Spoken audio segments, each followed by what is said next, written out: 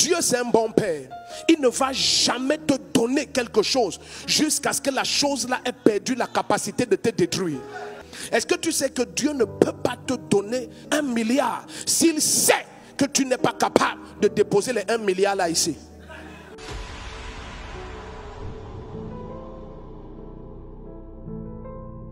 Bien-aimé, développe la soif. Une des plus grandes clés de l'onction, c'est ta soif. Lorsque quelqu'un a soif, il y a 3 choses. Quelqu'un qui a très soif parle peu.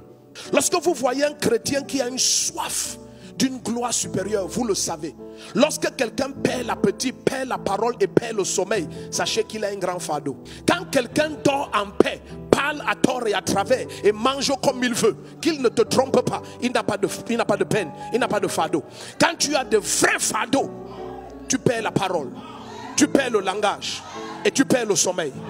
Et je sais qu'il y a quelqu'un ici, ça fait des jours, des semaines et des mois que tu portes des fardeaux. Il y a une soif à l'intérieur de toi. Tu es fatigué du niveau où tu te trouves.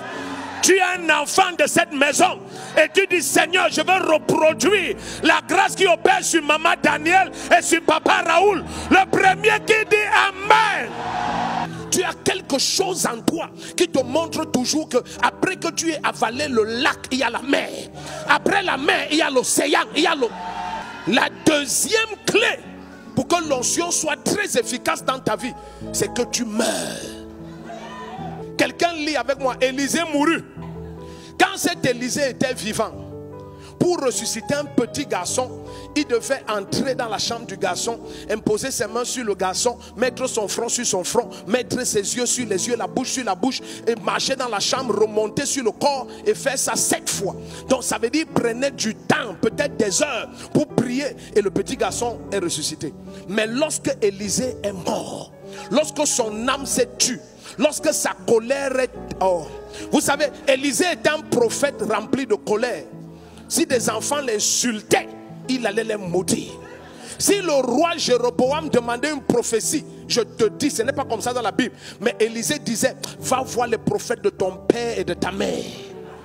Ça c'est écrit dans la Bible, mais le geste ci n'est pas là, mais je te dis que c'était là aussi. Il dit, va voir les dons. Il était quelqu'un, il avait la colère en lui. Et vous voyez, et la colère, toutes les expressions de la chair sont des entités qui résistent au flot de l'onction en nous.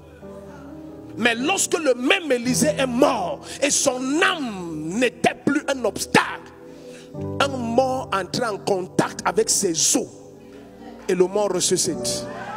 La deuxième clé pour que l'onction soit très efficace dans ta vie, c'est que tu meurs. Tu veux être un héros de la foi. Pour quelle raison? Si c'est pour épater ta génération, tu n'as pas compris. Mais si c'est pour accomplir les desseins de Dieu sur cette terre, la terre des hommes, oh bien-aimé, la main du Seigneur vient sur toi ce soir avec une force extraordinaire. Et dit, si quelqu'un veut porter mes chaussures, venez après moi. Si quelqu'un veut porter mon nom, représenter pleinement non seulement ma personne, mais le royaume, qu'il renonce à lui-même.